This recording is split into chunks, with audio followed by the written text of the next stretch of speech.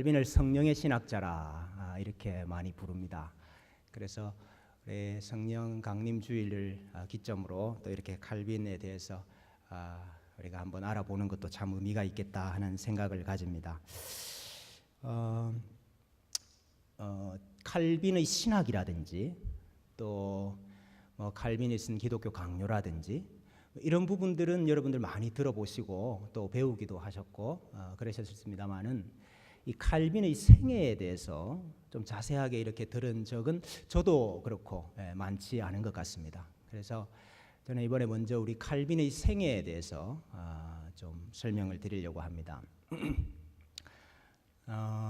원래 오늘 한 주일에 다 하려고 했는데 아무리 봐도 내용이 오늘 한 주간에 다 오늘 하루에 다 끝낼 수가 없는 내용입니다. 그래서 다음 주 오후까지 해서 제가 2주에 걸쳐서 우리 칼빈의 생애를 좀 보려고 합니다. 오늘은 우리 도망자 칼빈 제네바에 머무르다 하는 제목으로 칼빈이 제네바에서 사역하기 시작한 계기까지 이렇게 좀 살펴보도록 하겠습니다. 1월 달에 우리 교회에서 저에게 또 칼빈 연구 기간을 주셨습니다. 그래서 제가 또 직접 가서 다 확인하고 보고 했던 것들을 오늘 또 같이 나눌 수 있게 되어서 감사하게 생각합니다. 칼빈은 누아용이라는 곳에서 태어났습니다. 오늘 여러분 주보를 보시면은 중간에 우리 옛날 프랑스 지도가 좀 나와 있습니다. 예. 옛날 프랑스 지도와 지금 프랑스 지도가 조금 다릅니다. 예. 누아용이라고 우리 파리에서 한 100km 정도 북쪽에 있는 조그마한 도시가 있습니다. 이 도시 인구가 약 10,000명 정도 되고 아주 유서 깊은 도시입니다. 주 500년경부터 주교자가 있었던 곳입니다. 주교자가 뭐냐 하면은 교구장을 맡은 주교가 상주하던 곳이다 이 뜻입니다. 아무데나 다 상주하는 게 아니고 중요한 곳이라든지 큰 곳이라든지 그런 곳에만 주교자가 있습니다. 근데 이 누아용은 주교자가 있었던 그 당시에는 아주 알아주는 곳이었습니다. 도시는 작았지만은 참사 회원의 수가 파리의 대성당보다도 많았습니다. 그러니까 그 어느 정도였는지 우리가 짐작을 할 수 있습니다. 또 그 샤를마뉴 대제가 768년에 바로 이 누아용에서 즉위를 합니다. 누아용에 가면은 이제 지금 모습을 한번 보시죠. 그 중간에 보시면 거기가 이제 그 누아용의 대성당입니다. 대성당인데 그 대성당이 얼마나 큰지 여러분 입구에서부터 저 끝까지 이 거리가 105m입니다. 105m. 이 당시에 이 정도 큰 성당이 있었다는 것은 어마어마한 곳이었죠. 부친이 제라르 꼬뱅입니다. 제라르 꼬뱅. 이분은 사제들과 대성당 참사회의 법률 자문관이었습니다. 참사회가 뭐냐 하면은 이 주교나 수도 원장의 자문에 응하여 가지고 행정적인 안건을 심의하는 그러니까 자문기구라 그렇게 볼 수 있습니다. 참사회의 법률 자문관이었습니다. 아버지가. 그리고 누아용 주교의 비서관이었습니다. 꽤 높은 직책을 가지고 있었죠.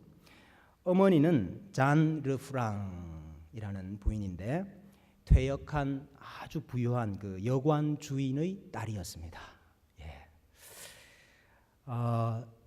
칼빈이 나기 전에 첫 번째 아들이 있었는데 그 첫째 아들 이름이 샤를입니다.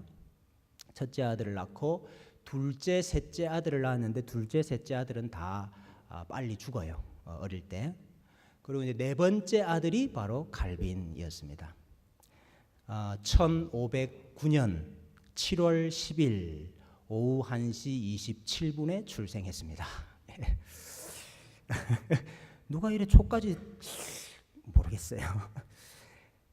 그 칼빈의 생가가 있는데 누아용에 가면 그 칼빈의 생가가 이게 그때 당시의 생가가 아니고 다 무너지고 이제 새로 복원을 한 생가입니다. 그리고 이제 이 안에 가면은 지금 칼빈의 박물관으로 사용을 하고 있고 여러 가지 것들이 전시가 되어 있습니다. 제가 이 앞에서 찍은 사진도 있는데 부끄러워서 그냥 생가 사진만 냈습니다. 이 어머니가 굉장히 신앙심이 깊었어요. 친가에서 가까운 아주 멀지 않은 곳에 옥스껑이라는 수도원이 있었습니다. 근데 그 수도원에 안나, 여러분 그 작년에 그 우리 저 루터 특강할 때에 안나가 누군지 아십니까? 안나? 마리아의 어머니입니다. 마리아의 어머니. 그래서 마리아의 어머니를 또 저 성인으로 숭배를 했거든요. 그래서 안나의 유물이 거기 있다 해가지고 이 어머니가 칼빈을 데리고 앉고 그까지 가가지고 그 유물에 입을 맞추고 숭배하고 돌아왔다. 이것을 칼빈이 나중에 이렇게 회상을 하고 있어요. 그래서 굉장히 그 어머니가 신앙심이 깊었습니다. 그래서 만약에 어머니가 계속 살아 계셨더라면 칼빈이 아마 로마 교의 굉장히 그 고위 성직자가 되었을 가능성이 매우 큽니다. 근데 이 어머니가 일찍 돌아가셔요. 칼빈이 3살 때, 3살 때 어머니가 돌아가십니다. 그리고 이제 아들이 몇 명 남았습니까? 아들이 3명 남았잖아요. 아들이 3명 남겨두고 어머니는 일찍 돌아가셨는데 아버지가 2 딸을 데리고 있는 새 어머니와 결혼을 했습니다. 그래가지고 집에 총 몇 명이 있습니까?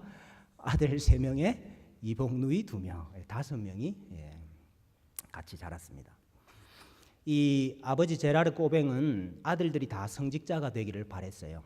그래서 그 당시의 관례대로 성직록에 칼빈 이름을 올렸습니다. 이 성직록은 뭐냐면은 앞으로 사제가 될 사람에게 쉽게 말해서 미리 장학금을 주는 겁니다. 그래서 칼빈이 어렸을 때부터 이 성직록에 이름이 올라가 있었어요. 성직록에 이름이 올라가 있으면 어떻게 되느냐? 매년마다 한 마을에서 나는 옥수수 새 무더기, 그 다음에 각각 이 20밭, 다른 밭 20곳에서 나는 밀을 장학금으로 받게 되는 겁니다. 너는 이제 앞으로 사제가 될 사람이니까 이제 교회에서 제공을 하는 거죠.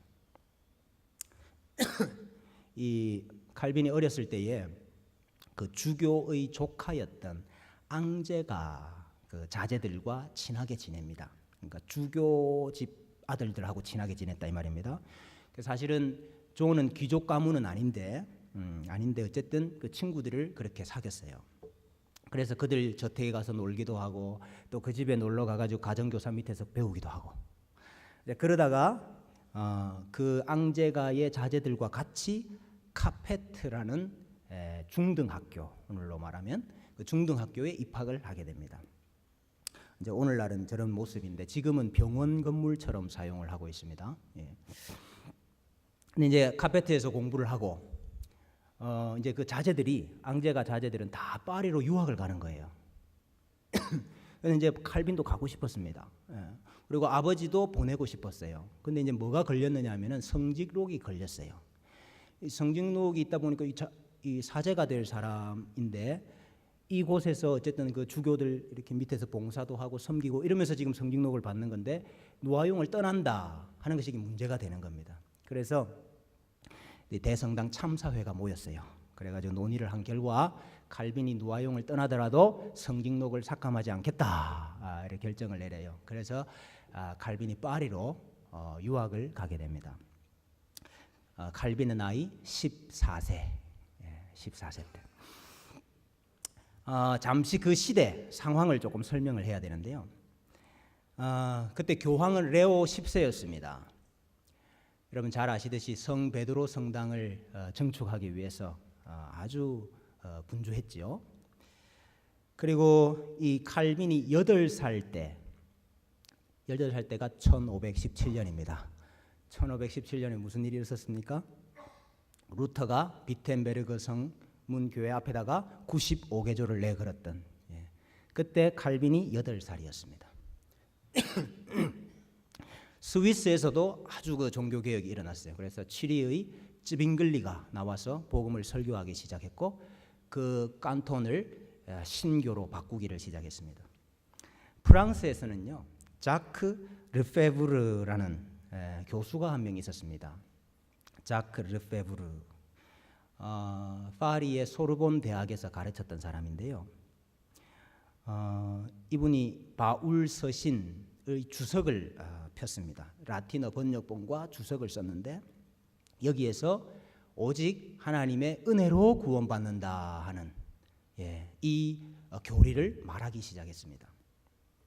그리고 이 르페부르 밑에서 수학했던 사람이 누군가 하니까 기욤 파렐이라는 사람, 나중에 나오는 아주 중요한 사람입니다. 기욤 파렐이라는 사람이 바로 이 르페부르 제자였습니다. 그리고 파리에서 가까운, 오늘 지도에 보시면은 조금만 파리 그 옆으로 보시면 모라는 곳이 있죠. 모. 이 모가 또 굉장히 중요한 지역입니다. 이 당시에. 여기에 브리소네라는 주교가 있었는데 이 주교가 성경을 가르치기 시작했어요. 그래서 이 주교가 성경을 가르치는 걸 누가 들었는고 하니까 그 당시 프랑스의 왕이었던 프랑스와 1세의 누나인 마르가르타가 이 브리소네의 설교를 듣고 개종을 합니다. 그래서 왕의 누이가 신교로 전향을 하는 거예요. 브리소네가 이 마르가리타에게 성경책을 줬고요. 그 다음에 이 르페부르가 나중에 소르본 대학에서 쫓겨납니다. 소르본 대학은 아주 그 전통적으로 반개혁적인 로마교 쪽에 있는 학교였거든요. 그래서 나중에 이제 르페부르가 쫓겨나가지고 신약 성경을 그 헬라어로 번역한 그걸 가지고 어디로 가는 거 하니까 모로 도망을 가요. 모로.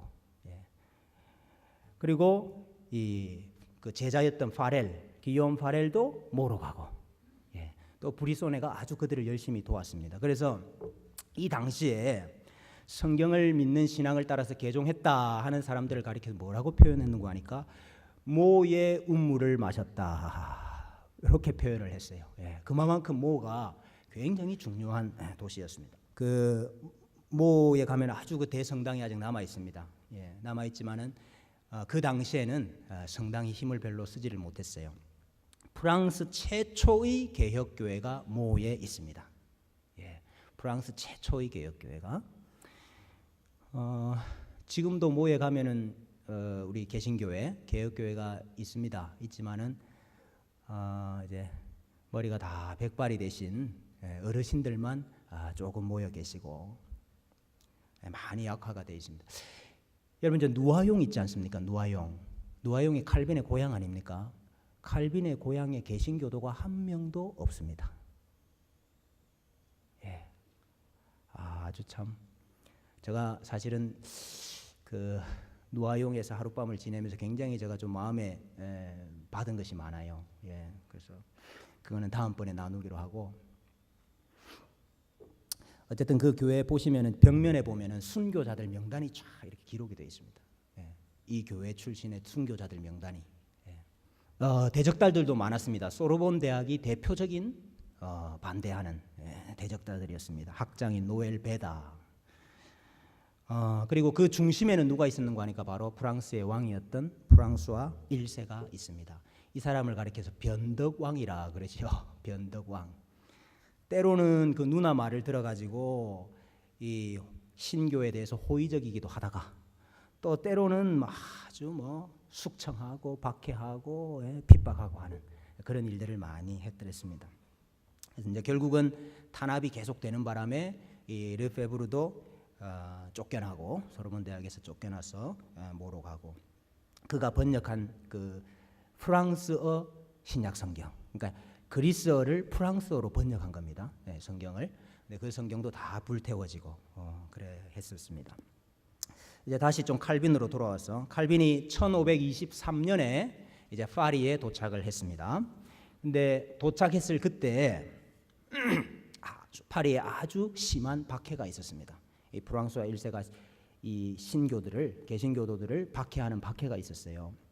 그래서 아우구스티누스 수도의 수사 한 명이 화형을 당합니다. 근데 제목이 뭐냐 하면은 예수님은 우리와 다른 존재이지만은 마리아는 그렇지 않기 때문에 크고 위대한 마리아여 이렇게 말해서는 안 된다. 요 말을 해가지고 혀가 잘리고 철사에 묶여가지고 화형을 당했습니다. 이 사람 이름이 장 발리에르라는 사람입니다. 칼빈이 파리에 첫 번째로 공부하러 갔을 그 해에, 그 여름에 화형이 있었습니다. 아마도 칼빈도 그 사실을 알았을 것입니다.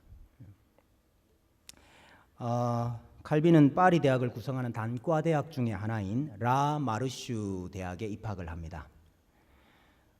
여기에 마뚜랭 코르디에라는 선생님이 있었는데, 이 코르디에 선생님이 라틴어와 프랑스어를 잘 가르쳐 줬습니다. 그래서 칼빈이 이분한테서 잘 배웠어요. 그 칼빈의 문체는 굉장히 논리적이고 아주 질서가 정연해요. 그것이 어디에서부터 왔느냐? 이 바로 코르디에 선생님으로부터 오지 않았겠느냐? 이렇게 많은 분들이 생각을 합니다. 나중에 27년 뒤에 칼빈이 데살로니가 전서 주석을 쓰는데, 그 주석을 바로 이 코르디에 선생님에게 헌정을 합니다. 나중에 훗날 칼빈이 제네바에서 대학을 세우거든요. 제네바 대학을 세우는데, 그때 이 코르디에 선생님을 제네바 대학의 교수로 이렇게 또 청빙을 하기도 합니다. 3년 동안 이 라 마르슈 대학에서 공부를 잘 하고, 그 다음에 몽테규 신학교에 다시 입학을 하게 됩니다. 이 몽테규 대학은 성직자들을 전문적으로 양성하는 곳입니다. 근데 워낙 규율이 심해가지고 마치 수도원과 같은 그런 곳이었습니다. 이 자리가 지금 현재는 주누비에브 도서관이 들어가 있습니다. 거기에 지금 이게 도서관인데요. 이 도서관 외벽에 가면은 지금까지 이 학교를 졸업한 졸업생들 명단이 쭉 나와 있어요. 근데 그 명단에 보면은 잘 안 보이시죠? 거기 보면 에라스무스도 있고, 그 다음에 멜랑히톤도 있고, 재밌는 건 로욜라가 있는데요. 이 로욜라가 나중에 예수교를 창시합니다. 그래가지고 이 신교를 가장 많이 핍박했던 사람 중에 하나가 이 로욜라거든요. 근데 이 로욜라도 칼빈과 동창입니다. 그리고 밑에 보면 칼빈의 이름도 있어요. 당시에 이 몽테규 신학교는 아주 더럽고 음침하기로 소문이 난 학교였습니다. 아주 이가 득실거리고 아주 음식은 형편없었고, 또 학생들이 공부를 안 한다 그러면 채찍으로 때렸던 학교입니다. 프랑스어는 한마디도 사용하면 안 돼요. 학교에서는 다 라틴어만 사용하도록 했습니다. 그리고 새벽 4시에 일어나가지고 새벽 4시부터 공부를 시작했습니다. 우리 대학생들 새벽 4시부터 일어나서 공부를 시작해요. 이가 너무 많아가지고 이 학교에서는 이를 뭐라고 불렀느냐? 몽테규의 짧은 날개 독수리라 이렇게 이를 불렀습니다.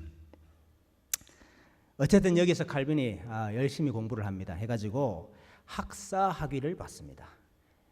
칼빈의 나이 18세에 18살에 학사 학위를 받았습니다. 칼빈이 파리에서 공부할 때에 새로운 친구들을 많이 사귀었어요. 그 친구 중에 누가 있었는가 하니까 이 왕의 주치의가 스위스 사람이었는데, 이 주치의 아들들하고 친구가 됐습니다. 니콜라스 콥이라는 주치인데 그 아들 이름은 니콜라스입니다. 그래 니콜라스 콥인데, 그 니콜라스 콥과 아주 또 절친한 친구가 됩니다. 종종 이제 콥의 집에 가서 놀기도 하고 거기서 공부도 하고 그랬죠. 그러는 가운데 이 신교에 대한 그 당시에는 이제 루터교지요. 신교에 대한 박해가 더 심해졌습니다. 이 프랑스와 1세가 칼을 오세하고 전쟁을 해가지고 져가지고요. 잠깐 그 감금되는 일이 있었습니다. 그때 누가 대신해서 그 왕의 직무를 했냐면 왕의 어머니였던 사보이 루이즈가 그 프랑스를 잠깐 다스리는데, 이 루이즈는 아주 그 신교에 대해서 엄격했습니다. 그래서 아주 큰 박해가 일어났어요. 그래서 르페부르 교수는 독일로 그 당시에는 스트라스부르가 독일이었습니다. 지금은 프랑스지만은. 그래서 스트라스부르로 도망을 가고, 파렐도 바젤로, 스위스 바젤로 도망을 가고, 또 모의 주교 있지 않습니까? 그 모를 아주 개신교로 이렇게 했던 설교했던 주교 이름이 뭐였지요? 브리소네. 이 브리소네는 다시 로마교로 돌아가요. 화형을 당하는 것을 거부하고 다시 로마교로 돌아갑니다. 그래서 그 로마교로 돌아가서 무슨 또 직위를 하나 받아요. 이 브리소네는. 그러나 모의 주교는 로마교로 돌아가 버렸지만은 그 모에 있는 많은 백성들은 화형 때에 의해서 다 화형을 당했습니다. 모직공 레클레르크라는 사람은 마리아 상을 산산조각 냈다 하는 제목으로 벌겋게 달구어진 집게를 가지고 사지를 다 찢은 다음에 화형을 시켰어요.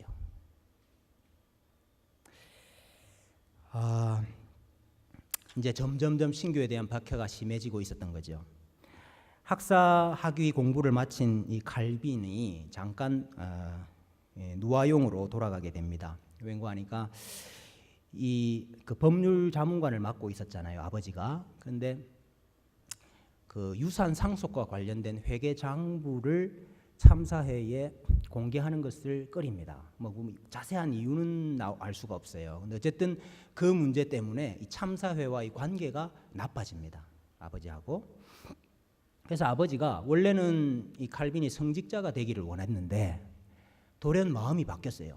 지금 열심히 성직자들하고 싸우고 있잖아요. 그래가지고 마음이 바뀌었어. 그래 아들이 법률가가 되면 좋겠다 이렇게 마음이 바뀐 거예요.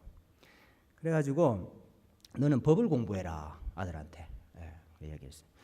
여러분 저기 루터 생각나시죠? 루터는 아버지가 법 공부해라 그랬더니 어디로 들어갔습니까?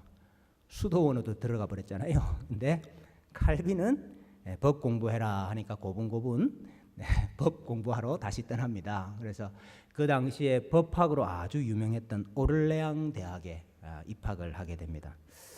그 당시에 오를레앙 대학. 여러분 이 오를레앙은 그 몽테규와 비교하면 아주 천국과 같은 곳이었습니다. 40개의 테니스장을 갖추고 있었고 거기서 아주 라켓 게임을 즐기고 호수에 보트를 띄워가지고 보트 타고 놀고 그랬어요. 아주 끊임없는 연애와 파티가 있었습니다. 근데 존은 이 칼빈은 그들과 어울리지 않았습니다. 어울리지 않고 열심히 공부를 했어요. 보통 저녁 식사는 하지 않았다 이렇게 되어 있습니다. 왜냐하니까 이 밤에 맑은 정신을 갖기 위해서 저녁 식사는 거르고 공부를 했습니다. 이때 이제 루터가 아니고 칼빈을 지도했던 교수가 한 명 있는데 볼마르라 하는 독일인 교수가 있었습니다. 이분이 그리스어를 가르쳐줘요. 그래서 칼빈이 이때 신약 성경을 읽을 수 있는 이 도구를 갖춥니다. 볼마르라 하는 교수가 그리스어를 가르쳐주죠. 나중에 그 칼빈이 고린도 후서 주석을 쓰는데 고린도 후서 주석을 바로 이 볼마르에게 헌정을 합니다. 오를레앙에서 1년 동안 공부를 하고 난 다음에 부르주로 이동을 합니다. 부르주. 이 샤를마뉴가 재건한 도시였는데 아까 그 왕의 누나였던 그 마르가리타가 다스리는 지역이었습니다. 이 지역은 부르주는. 그래서 상대적으로 이 신교가 좀 안전하게 머물 수 있는 곳이었습니다. 그래서 이곳에서 이 저명한 법학 교수였던 알치아티와 또 그 오를레앙에서 도망온 볼마르에게 또다시 배우게 됩니다. 이때 칼빈의 나이가 20세였는데 이 볼마르가 자기 집에서 개인 교습도 좀 했어요. 근데 볼마르 집에서 개인 교습하는 한 아이를 만나요. 그 아이가 누군가 하니까 12세 소년이었던 데오도르 베자였습니다. 여러분 이 베자가 나중에 칼빈의 후계자가 됩니다. 나중에 그 제네바 교회를 이어서 칼빈의 후계자를 노릇을 한 분이 바로 이 데오도르 베자였어요. 그때 베자를 바로 이때 부르주에서 공부할 때 만난 겁니다. 1531년에 칼빈이 또 잠시 파리를 떠나서 누아용으로 갑니다. 아버지가 위독해서. 근데 아버지가 그 지금 참사 회원들 또 그 주교와들하고의 싸움이 이게 해결이 안 됐어요. 그래가지고 이제 아버지가 돌아가시게 생겼는데 교회가 교회 무덤에 묻히는 것을 거부합니다. 교회 무덤에 묻는 걸 거부해요. 그래가지고 이 아들들이 그 일 때문에 아주 애를 많이 씁니다. 그래서 뭐 안 보여주려고 했던 거 회계장부도 다 보여주고 이렇게 해서 아주 애를 많이 써가지고 결국은 뭐 교회 무덤에 묻히기는 하지만 애를 많이 씁니다. 자, 아버지가 돌아가시고 나니까 이제 이 칼빈이 조금 더 자유롭게 자기 이 진로를 선택을 내릴 수 있게 되었습니다. 그래서 칼빈은 가만히 생각해 보니까 나는 학자가 되어야 되겠다 이렇게 생각을 했어요. 학자가 되어야 되겠다. 그래서 파리로 다시 돌아와서 파리의 포르테 대학에 입학을 합니다. 그리고 그 포르테 대학의 기숙사에 머물게 됩니다. 오늘 이제 이 사진이 이제 그 옛날에 칼빈이 머물던 포르테 대학의 기숙사 사진인데 그 제일 위에 보면 조금 튀어나온 방이 하나 보이시죠? 그 방에 칼빈이 묵었습니다. 나중에 이제 도망갈 때 요 방에서부터 이제 밧줄을 내려가지고 도망가거든요. 예. 한 3층, 4층 정도 되는 높이의 건물입니다. 그리스어, 라틴어, 히브리어 공부에 아주 심취를 합니다. 그리고 그 아까 왕의 주치였던 콥, 그 콥의 집에도 때로는 자주 머물고 그렇게 합니다. 22살의 나이에 첫 번째 책을 출판을 해요. 칼빈의 첫 번째 책. 칼빈의 첫 번째 책은 로마 철학자였던 세네카의 에세이에 관한 내용이었습니다. 이 당시에는 알려진 고전을 가지고 그걸 이제 뭐 이렇고 저렇고 이렇게 토를 달고 저수를 하는 이게 이제 학자들 사이에 굉장히 그 유행이었습니다. 그래서 이제 그 유행을 따라서 칼빈도 세네카의 주석을 씁니다. 근데 이 책이 잘 안 팔려요. 책이 잘 팔렸으면 또 칼빈이 어떻게 될지 모르는데 책이 잘 안 팔렸어요. 그래서 굉장히 많은 빚만 졌습니다.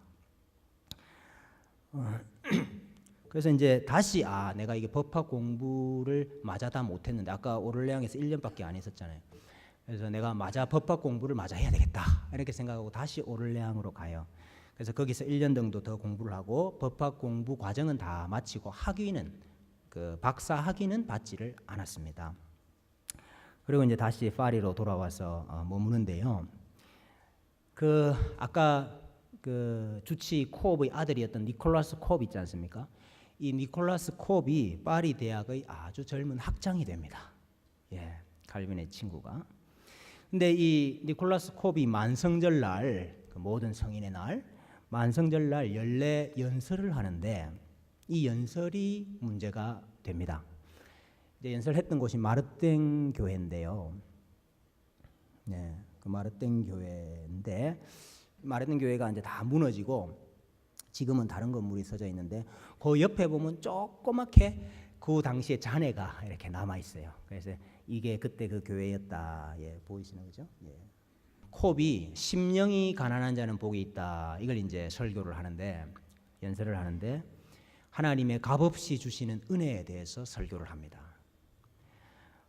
그리고 소르본 대학에서 금서로 맡고 있었던 에라스무스의 이 저서들을 많이 인용을 했고 또 그 연설 가운데 루터의 그 어조가 굉장히 많이 배어 있었습니다.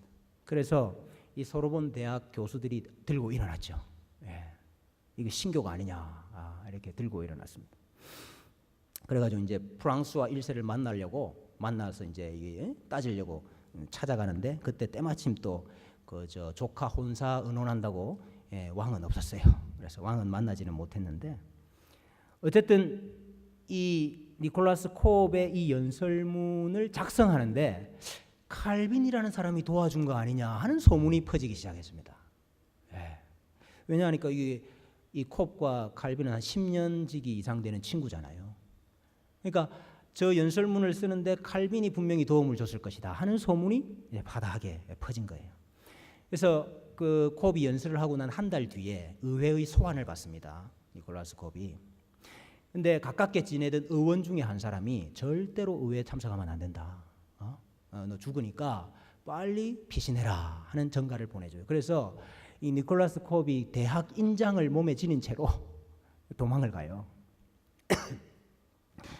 그리고 그 치안 책임자에게 칼빈도 잡아와라. 이렇게 명령을 내린 거예요. 그래 이제 치안 책임자가 이 칼빈이 있었던 그 포르테 대학 아까 기숙사 있잖아요. 거기 이제 칼빈을 잡으러 온 거예요. 근데 학생들이 칼빈과 공부했던 학생들이 계단 밑에서 그 집정관하고 이야기를 열심히 주고받고 있어.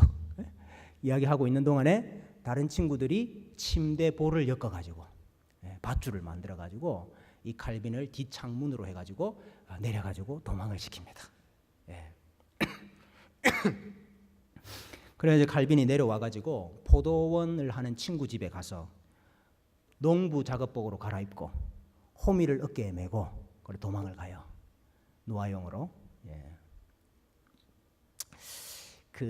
아마도 이 시기에 칼빈이 회심하였을 것이다. 이렇게 많은 사람들이 봅니다. 그 루터가 회심한 건 분명히 나오는데 이 칼빈은 정확하게 언제 회심했는지를 몰라요. 자기가 회심했다는 것을 아주 간략하게 한 줄만 딱 적고 있는데 그게 아마도 이때가 아니었겠느냐 이렇게 우리가 유추를 합니다. 누아용에서 며칠 동안 숨어 있다가 이 왕의 누이였던 그 마리가레타가 왕에게 간청을 해요. 그래가지고 다시 칼빈이 파리로 돌아옵니다. 그래서 그 왕의 누이의 보호 아래 좀 숨어 있습니다. 그러다가 뭐 계속 거기 있을 수가 없죠. 그래서 그의 동창이었던 루이 디 틸레의 집이 있었던 앙굴렘이라 하는 곳으로 도망을 또 갑니다. 앙굴렘 거기 지도에 보니까 나오시죠. 이 디 틸레는 역시 참사 회원이었는데 루터 교회에 대해서 굉장히 호의적인 사람이었습니다. 그 사람 아주 큰 저택에 살았는데 이 장서가 한 3,000권에서 4,000권 있었다고 그래요. 이 당시에. 그래서 칼빈이 이곳에서 아주 환대를 받고 이곳에서 거주를 하는데요. 최소 9개 이상의 가명을 썼다. 이렇게 나옵니다. 지금 칼빈이 지금 도망 다니기 때문에 최소 9개 이상의 가명을 쓰면서 숨어 지냈습니다. 디틸레의 서재는 아주 이상적인 공부 장소였죠. 책도 많고 뭐 나가면 또 안 되고 하니까 이때 이제 자기 친구 프랑수아 다니엘에게 쓴 편지가 하나 있는데 편지 내용 중에 하나를 좀 읽을 필요가 있습니다. 사람은 먼 앞일을 알 수 없다는 사실을 경험으로 배웠습니다. 평온하고 조용한 생활을 기대할 때에는 전혀 예상치 못한 일들이 들이닥치는가 하면 또 반대로 어려운 상황 속에서는 이렇게 기대를 뛰어넘는 조용한 둥지를 얻게 하시니 온전히 의지할 때에 친히 우리를 돌보시는 주님께서 이 모든 일을 행하심을 믿습니다. 이렇게 숨어 지내면서 이런 편지를 칼빈이 씁니다. 칼빈이 이곳에 있을 때에 시골 농가 또 일반인의 가정 또 마을 또 들판 이런 데 가가지고 비밀 모임을 많이 해요. 이제 본격적으로 이 성경의 진리들을 가르치는 일들을 칼빈이 합니다. 또 강가나 혹은 작은 동굴이나 이런 곳에서 모여가지고 사람들을 가르치는 일들을 이때부터 칼빈이 합니다. 그리고 25세가 되기 2달 전에 이 칼빈이 누아용으로 가가지고요. 누아용 주교들 앞에서 자신의 성직록을 포기를 합니다. 나는 사제가 되지 않겠습니다. 하는 것을 이야기를 하고 이제 다시 파리로 돌아옵니다. 파리에서도 비밀 모임들을 칼빈이 많이 해요. 그래서 그 핍박받는 개신교들, 핍박받는 프랑스의 개신교들을 가리켜서 위그노라고 그럽니다. 위그노. 그래서 그 위그노들을 많이 돕고 가르치고 하는 일들을 숨어가지고 칼빈이 많이 합니다. 때로는 뭐 그거 하다가 모임 하다가 잡혀서 가서 화형을 당하기도 하고 모임 하다가 또 저 집정관이 온다 그래서 도망가기도 하고 그런 일들이 많았습니다. 파리에서. 파리에 있다가 또 푸아티에라는 곳으로 이 칼빈이 도망을 가요. 푸아티에도 지도에 나오죠. 이 푸아티에에서도 동굴 안에서 횃불을 켜놓고 비밀 모임을 하고 어떤 분들은 이 칼빈이 제일 처음으로 성찬을 행했던 장소가 이 푸아티에의 동굴이다 이렇게 말하는 분들도 있어요. 예. 그리고 이제 이곳에 가면은 이 바위가 하나 있는데 그걸 이제 칼빈의 바위라 그러는데요. 그 바위 위에서 이제 그 상을 차리고 했다 해가지고요. 푸아티에 가면 지금도 그게 남아 있죠. 근데 또 어떻게 알고 치안 당국이 푸아티에까지 칼빈을 잡으러 옵니다. 그래서 다시 뒤틸레이 집이 있는 앙굴렘으로 또 도망을 가고, 앙굴렘에서 다시 또 오를레앙으로 도망을 가고. 근데 가는 곳곳마다 어쨌든 이 비밀 모임들을 하면서 신교를 전파를 합니다. 그래서 지금 그 오를레앙에 보면은 그 위군호들이 비밀리에 숨어가지고 예배드렸던 그 예배 장소가 오늘날도 저렇게 있습니다. 자, 이 무렵에 굉장히 유명한 벽보 사건이 생깁니다. 이 벽보 사건이 뭔가 하니까 이 로마 가톨릭 교회의 미사를 비판하는 내용의 벽보인데 이 벽보를 프랑스어로 썼어요. 프랑스어로 써가지고 1534년 10월 18일 날 파리 전역에 이 벽보가 붙는데 이 벽보가 어디에까지 갔는가 하니까 그 국왕의 손수건을 넣어두는 서랍 안에서도 이 벽보가 발견이 된 거예요. 어떤 분은 왕 침실 문 앞에 붙였다 그러는데 아마 그것보다는 이게 맞는 것 같아요. 그 손수건을 넣어두는 그 서랍 안에 이 벽보가 있는 거예요. 그리고 이 벽보 이름에 프랑스어 1세 이름도 나오고 이랬거든요. 그러니까 이 프랑스어 1세가 완전히 흥분을 한 거예요. 그래가지고 대대적인 박해를 시작을 합니다. 대대적인 박해. 이때 이제 신종 개발된 고문이 뭐냐면은 사람을 밧줄로 칭칭칭칭 감아가지고 이 불 속에 넣었다가 뺐다가 이렇게 죽이는 그러한 일들이 파리에서 많이 일어났습니다. 그래서 이 칼빈이 급하게 시종 2명하고 그 친구 디틸레랑 같이 파리를 떠납니다. 도망을 가는데 아침에 일찍 일어나 보니까 시종 중에 한 사람이 가지고 있던 돈을 다 챙겨가지고 도망을 가버려요. 그래가지고 빈털터리가 됩니다. 근데 다른 시종 한 명의 도움으로 어디까지 가는 거 하니까 국경을 넘어가지고 스트라스부르까지 도망을 가요. 이제 그 당시에 스트라스부르는 독일에 있었고 그 당시에 말틴 부처라는 개혁자가 스트라스부르에서 아주 열심히 이 교회를 하고 있었거든요. 그리고 프랑스에서 박해받아가지고 이렇게 국경을 넘어가지고 도망온 그 자기 민족들을 이렇게 추스리는 일들을 스트라스부르에서 하고 있었습니다. 그래서 이제 칼빈이 그쪽으로 처음에는 도망을 갑니다.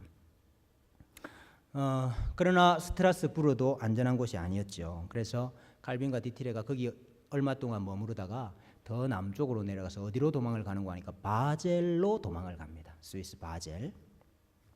그 당시에 학문과 아주 인쇄업이 발달했던 바젤이었죠.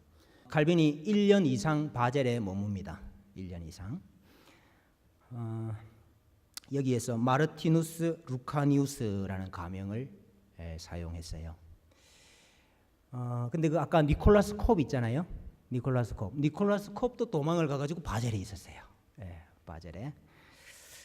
그리고 바젤에는 아주 또 유명한 개혁자가 한 명 있었습니다. 웨콜람 파디우스라 하는 개혁자가 있는데 지금도 여러분 바젤의 바젤 민스트에 가면은 이 웨클람 파디우스 동상이 앞에 세워져 있고 웨클람 파디우스가 바로 그곳에서 목회를 했어요. 그래서 아주 개혁적인 도시였어요, 바젤이. 근데 이제 칼빈이 이 바젤에 숨어 있으면서 어떤 소식을 듣는고 하니까 그 파리에 자신이 잠깐 머물렀던 그 여관집이 있는데 그 여관집 주인이 화형을 당했다 하는 소식을 들어요. 왜 화형을 당했는고 하니까 화형당해서 죽기 전에 너 비밀 장소를 부르라. 비밀 장소를 부르라 했는데 이 사람이 죽기 전에 불어버린 거예요. 그래가지고 비밀 장소로 사용하던 그 여관집이 들통이 나고 그래서 거기 있던 사람들이 다 화형을 당했다 하는 소리를 듣습니다. 석공 푸알르도 순교를 당하는데 이 사람 화형장으로 끌려가기 직전까지 계속 예수 그리스도께서 나의 구주가 되신다 이거를 고백해가지고 이 사람은 이 쇠 바늘로 혀를 갖다가 이 쇠공에다가 붙여가지고 말을 못하도록 만들어가지고 화형을 당했다 하는 소식도 듣습니다. 그 왕의 누이가 마르가리타가 이 왕에게 계속 간청을 했지만은 전혀 소용이 없었습니다. 그래서 누이의 세 설교자가 있었어요. 마르가리타 옆에서 설교해주는 세 사람이 있었는데 그 세 명의 설교자를 추방을 시켰습니다. 근데 두 사람은 그 수도원으로 다시 보내죠. 그 두 사람은 그러니까 로마 교회로 다시 전향을 했어요. 가버렸는데 그 중에 한쪽 눈이 보이지 않았던 수사 한 명이 있었습니다. 쿠롤이라는 설교자였는데 이 쿠롤은 가까스로 도망을 칩니다. 도망을 쳐가지고 바젤로 와요. 그래서 이 쿠롤이 이 이야기들을 칼빈에게 다 전해줬습니다.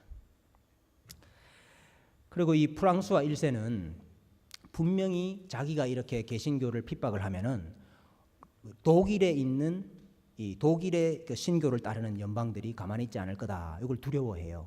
그래가지고 어떻게 또 소문을 내느냐 하면은 지금 내가 이 지금 화형시키고 옥에 가두고 하는 사람들은 아주 극악한 반역자들이다. 이 선동가들이고 교회와 국가를 무너뜨리려고 하는 사람들이다. 이렇게 이 프랑스와 1세는 또 이야기를 해요. 그래서 칼빈이 바젤에서 이 프랑스 신교도들의 신앙을 변호해야 되겠다 하는 생각을 하게 되었습니다.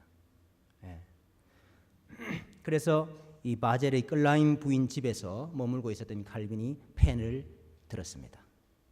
그래서 그 원고를 완성을 했죠. 그 원고가 뭡니까? 그 원고 책으로 냈는데 그 책 이름이 뭐지요? 기독교 강요. 그게 기독교 강요입니다, 여러분. 바젤의 블랙베어라 하는 인쇄소에서 인쇄를 했습니다.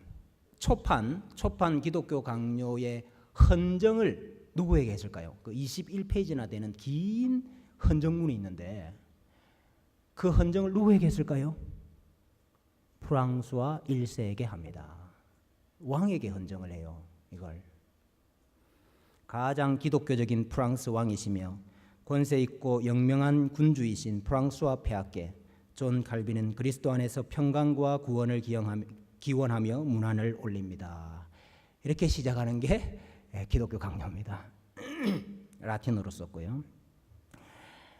그래서 그 의미도 있어요. 프랑스와 1세에게 프랑스의 개신교도들이 위근호들이 교회와 국가를 무너뜨리는 사람들이 아닙니다.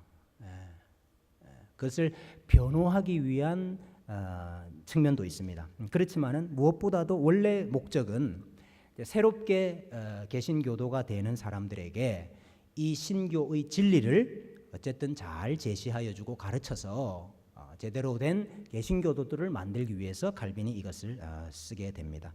왜냐하니까 그 당시까지는 열심히 로마 교회와 싸우기만 싸웠지 우리가 믿는 바에 대해서 아주 정교하게 이렇게 정리하는 것은 없었거든요. 그래서 그 일을 이제 칼빈이 하게 되는 거죠.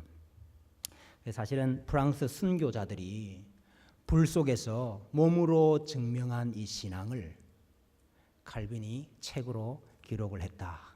그렇게 볼 수 있습니다. 이 기독교 강조 초판 원본입니다. 원본이 아까 누아용에 있는 칼빈 생가 박물관에 가면은 전시가 되어 있습니다.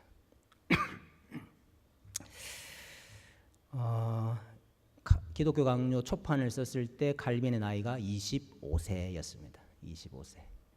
그리고 마지막 완성본을 최종본이죠. 최종본을 완성할 때 칼빈의 나이가 50세였습니다. 그래서 25세 때 초판 써가지고 50세 때까지 계속 증보를 해가요. 그래서 맨 나중에는 4권 80장이 되는 아주 큰 책이 됐습니다. 기독교 강요 한번 읽어보셨습니까? 이번을 계기로 기독교 강요 꼭 한번 읽어보세요. 칼빈과 디틸레가 역시 가명으로 샤를 데스페릴이라는 가명을 가지고 이탈리아로 또 한번 갔던 적이 있습니다. 이탈리아 페라라는 곳인데, 여러분 이탈리아가 페라라 어디 있는지 보이십니까? 이탈리아 페라라로 왜 갔느냐? 페라라를 다스리던 공작의 부인을 만나기 위해서 갔습니다. 그 부인이 누군가 하니까 루이 12세의 딸이었는데요, 르네 공주입니다. 르네, 교황의 손자이기도 하고, 이 정치적인 이유 때문에 이 이탈리아에까지 와가지고 이 페라라의 헤르큘레스 공작과 결혼을 해요. 근데 참 뭐 밤낮 가리지 아니하고 연애와 공연이 베풀어지고, 뭐 원숭이, 뭐 난장이, 앵무새 이런 거 총동원해가지고 아주 사치스러운 연애가 그 궁정 안에서 많이 일어났습니다. 근데 이 르네 공작은 신교도예요. 예. 이 르네 이 부인이 르페브르 교수로부터 이 도움을 받았고, 또 자기 사촌이었던 마르가리타로부터도 또 많이 도움을 받았어요. 그래가지고 이 르네 공주는 신교도였습니다. 그래서 이제 칼빈이 왔을 때에 아주 칼빈을 그 궁정 안에 비밀 방에 잘 숨겨주고, 거기서 칼빈으로부터 많은 것을 배우게 됩니다. 칼빈은 수사로 변장을 하고 여기로 들어가요. 예. 훗날 이 부인이 어떤 일을 하는가 하면, 나중에 이제 발각이 돼가지고 너 저 로마 교회로 다시 돌아와야 된다. 아주 그 협박을 받습니다. 그래 감옥에 투옥되기도 하고, 그 자녀들은 이 어머니로부터 다 분리가 돼요. 그래가지고 로마 교회가 다 데리고 가버리고, 이 부인은 로마에 복종하는 척하면서 나와가지고 남편 그 헤르큘레스 공작이 죽고 난 다음에 다시 자기 고향 프랑스로 돌아가가지고 그 프랑스에서 핍박받는 신교도들을 위해서 병원을 세우고 봉사를 하고 그래요, 이 공주가. 근데 안타까운 일도 있어요. 이 공주의 사위가 나중에 신교와 구교가 전쟁할 때, 프랑스에서 전쟁할 때 신교를 핍박하는 또 장군으로 나서요. 그래서 나중에 이 칼빈이 죽기 직전에 이 르네 공주에게 편지를 써요. 대필시킵니다. 마지막 편지가 이 편지예요. 내용이 뭔가 하니까, 당신 사위가 지금 그 일을 하고 있다고 해서 너무 실망하지 말아라. 또 사람들이 어떻게 사위가 말이지 우리 신교를 공격하는 저런 사람이 될 수 있느냐, 이렇게 많이 공격할 거 아닙니까? 그 공격을 막아주기 위해서 칼빈이 마지막 편지를 쓰는 것을 볼 수 있습니다. 페라라에 한 6주에서 8주 정도 머무는데, 이 페라라에서 또 유명한 편지 하나를 써요. 원래 아까 그 마르가리타의 설교자 3사람이 있었다 그랬잖아요. 그 중에 한 사람이었던 사람인데요, 제라르 루셀이라는 사람입니다. 이 사람 나중에 로마교로 다시 돌아갔거든요. 이 사람에게 편지를 씁니다. 자신의 지휘관을 버리고 적에게로 넘어가서 목숨을 걸고 지키기로 맹세한 기반을 파괴한 당신 같은 분에게 어떤 일이 일어날지 참으로 두렵습니다.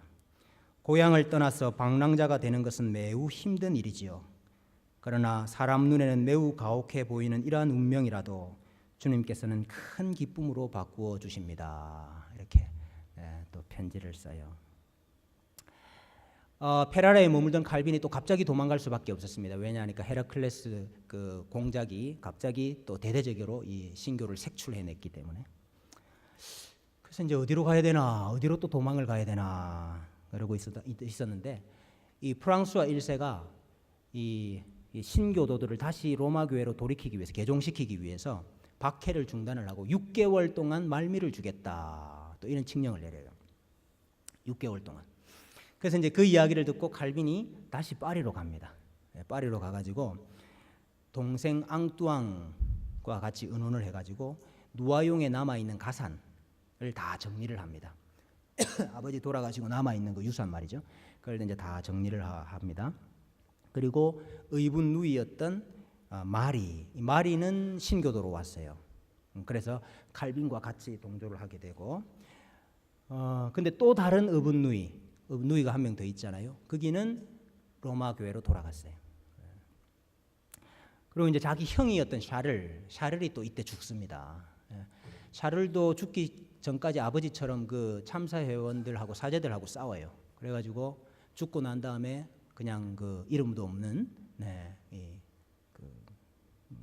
묘비도 없는 그런 곳에 그냥 묻힙니다. 이제 왕이 내렸던 그 6개월의 유예 기간이 끝나가고 있습니다. 또 어디로 또 도망을 가야 되나? 그러고 있다가 스트라스부르로 도망을 가야 되겠다 이렇게 판단을 했습니다. 아까 스트라스부르는 아주 민처가 아주 그 목회를 잘하고 있었거든요. 토마스 부처가. 그래서 이제 스트라스부르로 가야 되는데 스트라스부르는 저기 동쪽에 있잖아요. 이게 이제 가로질러 가야 되는데 가로질러 갈 수가 없어요. 왜냐니까 프랑스와 1세하고 카를 5세하고 세 번째 전쟁을 하고 있었습니다. 그 사이에서. 그러니까 이제 전쟁하는 통을 지나갈 수는 없잖아요. 그래서 이제 밑으로 우회를 해가지고 올라가야 되겠다 이렇게 생각을 한 거예요. 그래서 이제 밑으로 이렇게 우회를 하는데 원래는 로잔까지 가려고 했는데 로잔까지 가지를 못하고 레망 호수 한쪽에 있는 유명한 제네바라는 곳에서 이제 하룻밤을 머물게 되는 겁니다. 그러니까 제네바에 가려고 간 게 아니고 그 스트라스부르로 이제 도망가려고 하다가 제네바에는 잠시 하룻밤 이제 머물게 된 거지요. 근데 이제 요 밤에 칼빈의 운명이 완전히 바뀌게 됩니다. 예. 그 우리가 그 스위스 이야기를 또 잠깐 제가 좀 해야 되는데 뭐 오늘은 특강이라 조금 더 하겠습니다. 시간이 조금 가더라도. 이 당시에 스위스가 13개 칸톤으로 구성이 되어 있었어요. 칸톤은 뭐냐 하면은 이 자치구입니다. 그러니까 자치주의 동맹체, 13개 동맹체가 모인 곳이 스위스예요. 이 각각의 칸톤은 다 각각의 시의회에 의해서 자치를 하고 있었습니다. 예. 유럽의 어느 곳도 이런 통치 방법을 사용하는 국가는 없었습니다. 예. 아주 독특하죠. 그런데 이제 그 개신교가 들어오면서 우리 칸톤이 로마 교회를 따를 것이냐 아니면 신교를 따를 것이냐 이 아주 첨예한 대립이 각 칸톤마다 많이 일어나고 있었거든요. 이제 여러분 유명한 치리히에서는 누가 있었죠? 즈빙글리가 그로스민스트 교회에서 열심히 복음을 설교를 했죠. 그래서 이제 치리히는 거기는 대표적인 신교 칸톤이 된 거예요. 북부에 있어서 가장 잘 알려진 그리고 가장 힘이 센 신교 칸톤이 있었습니다. 그게 바로 베른입니다. 베른은 독일어를 사용하잖아요. 근데 이제 저기 남쪽에 제네바나 이런 쪽은 이제 프랑스어를 사용을 하거든요. 그래서 이 베른 칸톤에서 시의회에서 저 프랑스어를 사용하고 있는 저 밑에 있는 칸톤들에게 선교사를 파송을 합니다. 신교를 전파하기 위해서. 그 선교사로 누가 갔는고 하니까 기욤 파렐. 아까 한번 나왔죠, 기욤 파렐. 예. 르페브르 교수 그 제자였던 기욤 파렐을 이 베른에서 파송을 해요. 그래서 이 기욤 파렐이 그 제네바에 가서 열심히 전도 활동을 합니다. 참 이 파렐은요 아주 열정적인 사람이었습니다. 아주 다혈적이고 아주 열정적인 사람. 그래 종교 행렬이 지나갈 때 그 사제 손에 가지고 있었던 성유물을 빼앗아 가지고 강물에 던지기도 하고, 그 다음에 미사를 드리고 있는 거기 들어가 가지고 그 사제보다 훨씬 더 큰 소리로 막 복음을 설교하기도 하고 아주 이 혈정적으로 복음을 전했던 사람. 그래 뭐 얻어맞기도 수없이 얻어맞고 기욤 파렐 얼굴에 아주 심하게 핥힌 자국이 있어요. 그 핥혀가지고 이 제네바는 공작의 손에서부터 독립하려고 150년 동안 힘쓰고 있었던 칸톤입니다. 공작의 지배에서부터 벌써 우리 자치를 하기 위해서 150년 동안 싸우고 있었던 곳이에요. 그러니까 이제 제네바가 두 칸톤하고 동맹을 맺고 있습니다. 하나는 베른이고 하나는 프라이부르크입니다. 근데 베르는 신교고 프라이부르크는 구교인 자, 사실 이거 신고 규고라는 말은 이게 정확한 말이 아닌데 그냥 제가 편의상 사용합니다. 프라이부르크는 로마 교회고 이 베르는 개혁 교회인 거예요. 근데 이제 공작이 어마어마한 군사력을 갖고 있잖아요. 그래 그 공작으로부터 독립을 하려 그러니까 어쨌든 이 동맹을 유지는 해야 돼요. 제네바가. 근데 결국 이 제네바 안에서도 종교 전쟁이 일어납니다. 로마 카톨릭을 따를 것이냐, 개혁교회를 따를 것이냐, 이제 전쟁이 일어나기 시작해요. 그 900명이나 되는 이 제네바의 사제들이 파렐이 제네바에 온다 하는 소식을 듣고 이 폭도들을 일으켜가지고 이 파렐을 죽이려고 이 모의를 합니다. 그러나 이제 제네바가 베른과 이 동맹이 맺어져 있기 때문에 그 베른에서부터 받은 안전 통행권을 갖고 있었어요. 기욤 파렐은. 그래서 이제 함부로 죽이지는 못하는 거죠. 파렐이 어떤 식으로 선교를 했냐면 공고를 붙였어요. 그래서 프랑스어 읽기와 쓰기를 가르쳐 드립니다. 일자 무식해도 오실 수 있습니다. 돈은 안 받습니다. 또 뭐 한 달 내에 읽거나 쓸 수 없으면 우리가 뭐 다 물러줍니다. 이런 식으로 이제 공고를 냈어요. 그리고 이제 자기 머물고 있었던 여관 방에 이제 프랑스어 가르쳐주는 이제 뭐 그 가정 교습소를 만든 거죠. 근데 이제 그게 효과가 있었어요. 그래가지고 아주 그 여관에 사람들이 많이 모이기 시작했어요. 그래서 이제 이때의 파렐의 조력자였던 앙뚜앙 프로망이라는 사람이 있었는데 21살입니다. 이 21살 이 사람이 프랑스어를 가르쳐 주면서 프랑스어 예문으로 사용한 거는 다 뭘까요? 예문으로 사용하는 건 다 짧은 설교, 뭐 주석 이런 걸 이제 다 예문으로 사용하면서 사실은 언어 가르치면서 이게 성경을 가르친 거예요. 그러다가 본격적으로 이 그 제네바 안에서 이 구교와 신교가 이 로마 가톨릭 교회와 이 개혁 교회가 부딪히게 됩니다. 그래서 700명의 사제와 참사 회원들과 또 로마 교회 추종자들하고 제네바의 이 개혁 교회 성도들하고 전면 대치를 한번 해요. 새벽 5시에 큰 광장을 앞에 두고 이 두 부류가 대치를 합니다. 근데 놀랍게도 프라이부르크에서 온 7명의 상인이 아마 이 상인이 왜 그랬는지 모르겠지만 자기 장사하려면 이 싸우면 안 돼서 그랬는지 상인이 나가가지고 중재를 해요. 이웃끼리 우리 같은 이 시민끼리 싸우지 말자. 왜 싸웁니까? 이래가지고 또 아주 기적적으로 싸움 직전까지 갔다가 또 이렇게 다 집으로 돌아갔습니다. 5주 동안은 평온했는데 문제가 생겼어요. 프라이부르크 귀족 중에 아주 유명한 참사 회원이 있었는데요. 베른이라는 이 참사 회원이 시체로 발견이 된 거예요. 창에 찔려가지고 죽어버린 거예요. 그러니까 이 프라이부르크 시의회가 들고 일어났습니다. 이게 신교도들이 죽인 거 아니냐. 그래서 그 사람들을 색출해가지고 죽이지 않으면 우리 동맹을 끊겠다. 이렇게 나왔어요. 그러니까 또 베른은 가만히 있을 수 있습니까? 베른은 우리도 대표를 제네바에 보낼 테니까 우리가 이렇게 우리 같은 동맹으로서 우리가 이렇게 헌신을 했는데 당신들이 이거 지금 받아들이지 않으니까 우리가 대표자를 보낼 텐데 이 대표자들이 시의원하고 공개 토론을 할 수 있는 자리를 마련해 달라. 또 베른은 이렇게 요구를 한 거예요. 그래가지고 파렐하고 프로망하고 피에르 비레라는 사람 이 세 사람이 이제 파송이 된 거예요. 베른에서. 그러니까 이제 이게 제네바 의회가 압박을 받죠. 공개 토론을 개최를 하면은 이제 이 뭡니까 프라이부르크하고 이제 깨지는 것이고 또 토론회를 연다고 하면은 제네바가 이건 완전히 이제 개혁 교회를 받아들이는 어떤 계기가 될 것이고 굉장히 이제 난감해집니다. 그러는 동안에 제네바에 이 개혁 교회 성도들이 점점점 많이 늘어나요.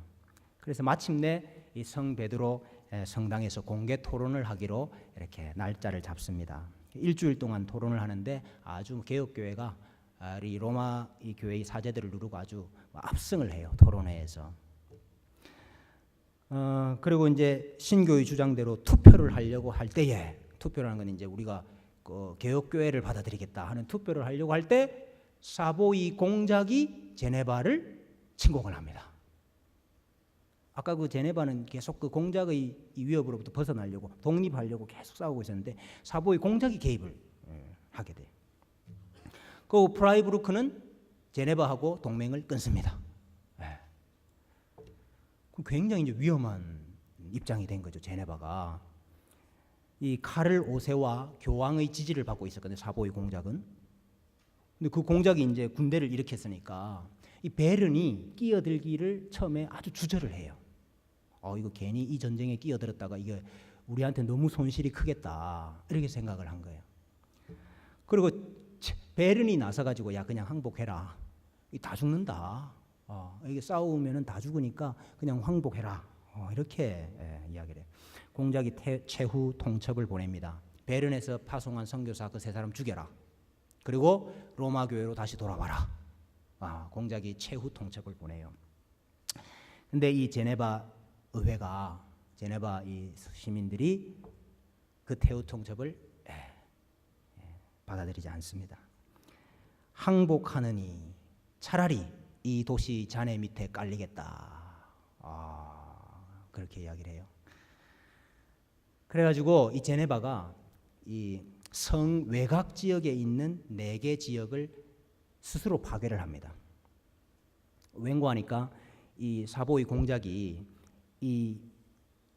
그 외곽 지역에 매복을 해가지고 공격할 것을 아예 차단하기 위해서 외곽 지역에 우리가 방어가 잘 안 되는 외곽 지역 그 마을을 다 파괴를 해버려 스스로.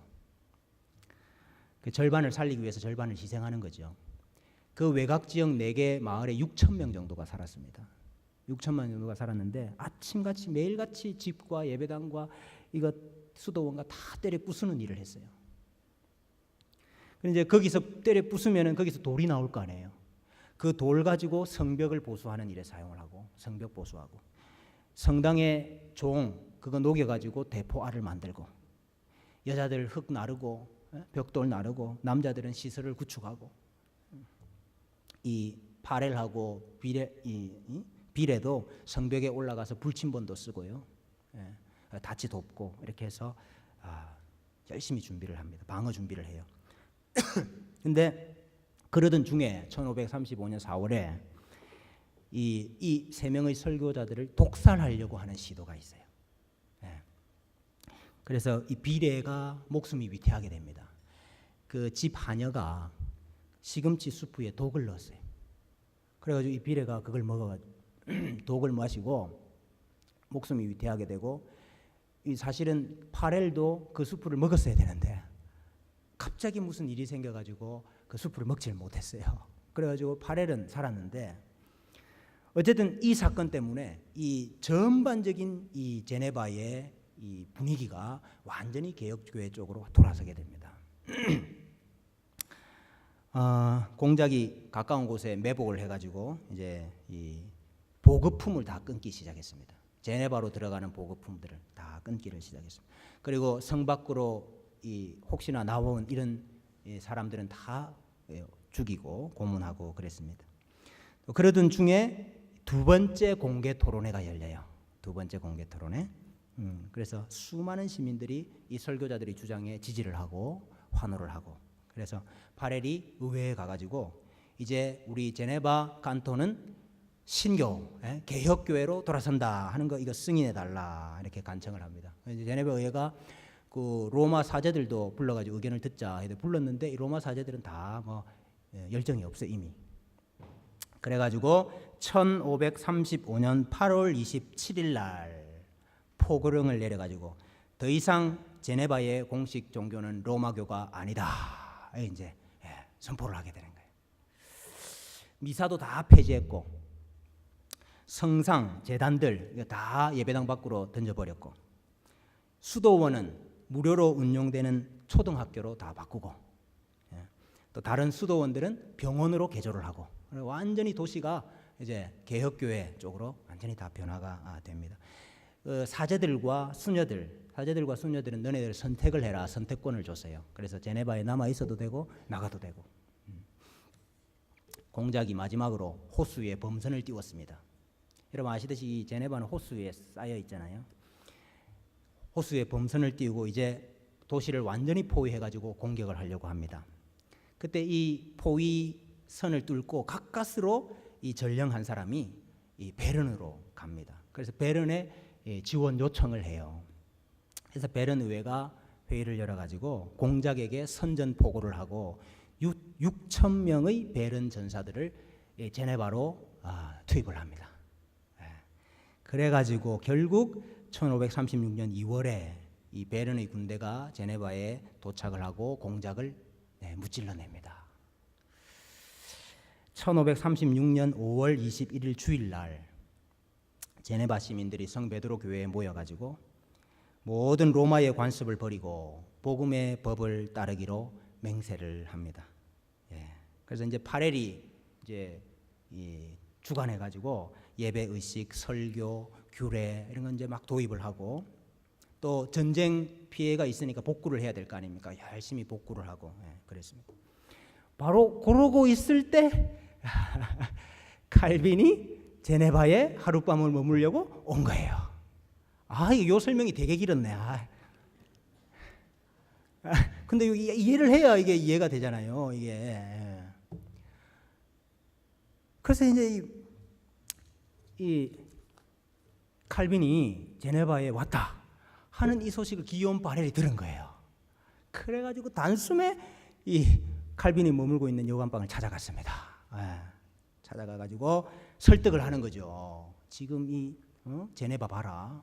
지금 사역할 사람이 필요하다. 제네바를 이 개혁 도시로 바꿀 수 있는 사역자가 필요하다. 나랑 같이 사역하자.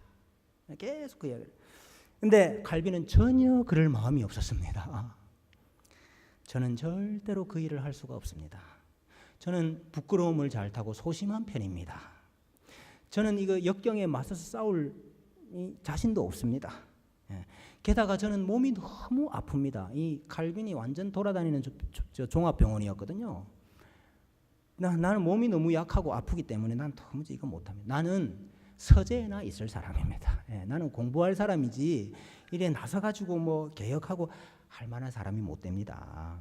내가 책 쓰는 일만 하고 싶으면 어떻게 매번마다 이렇게 교회에 나가서 교회 일을 할 수가 있겠습니까? 저는 다른 방식으로 하나님의 일을 하겠습니다. 끝까지 거부를 한 거예요. 그러니까 파렐이 이 사람 다혈질적인 사람이잖아요. 이 사람이 손가락을 말이야 하늘로 쳐들면서 과음을 질렀어요. 전능하신 하나님의 이름으로 선언하건대 고작 연구를 핑계로 내세워서 우리를 도우시는 하나님의 일을 하지 않는다면 하나님께서 당신을 저주하실 것이요 당신이 그리스도의 영예보다 자신의 영예를 구하고 있기 때문이요 하나님께서 그대의 휴식과 공부를 저주하시기를 바라오. 뭐 이러는 거예요. 이 칼빈이 막 뒤로 나자빠질 뻔했습니다.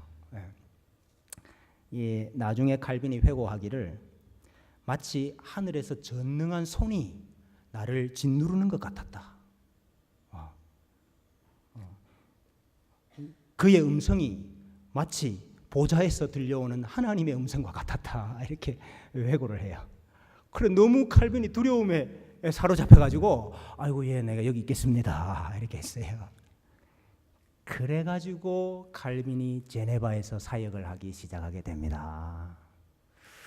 그의 나이 27살. 파렐은 칼빈보다 20살이 더 많아요. 47이었어요 파렐은. 근데 이 20살이나 적은 이 청년을 어쨌든 같이 동력하기 위해서 이렇게 끌어들이게 됩니다. 오늘 여기까지 일부. 제가 칼빈을 새롭게 좀 보면서 발견한 게 뭐냐면은 저는 칼빈이 그렇게 고생 많이 안 한 줄 알았어요. 물론 칼빈이 여러 가지 몸이 약하고 병이 많았기 때문에 고생했다 그건 알고 있었지만은 칼빈은 사실 뭐 주로 공부하고 공부하고 서재에 있고 뭐 그랬기 때문에 저는 칼빈은 그렇게 고생 안 한 줄 알았어요. 근데 칼빈 고생 많이 했더라고요. 여러분 이 지금 전반기 인생인데요. 전반기 인생 내도록 뭐 했습니까? 도망 다녔어요. 인생 내도록 전반기 인생 내도록 도망 다녔어요. 도망. 피신 다녔어요.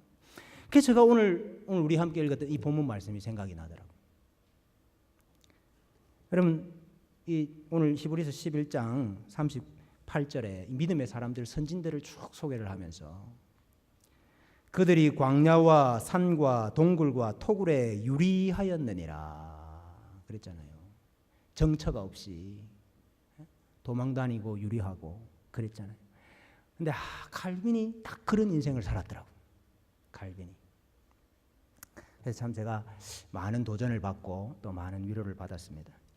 여러분 믿음의 선진들도 그렇고 칼빈도 그랬고 종교 개혁자들도 그랬고 우리도 그렇고 예수 믿는 데는 반드시 고난이 따르고 그 고난이 사람마다 다 다르고 형편과 상황마다 다르지만은 반드시 고난이 있습니다. 그러나 칼빈이 그 고난과 그 유리방황하는 가운데서도 하나님께서 나에게 알 수 없는 기쁨을 주십니다. 그런 편지를 쓰면서 돌아다녔거든.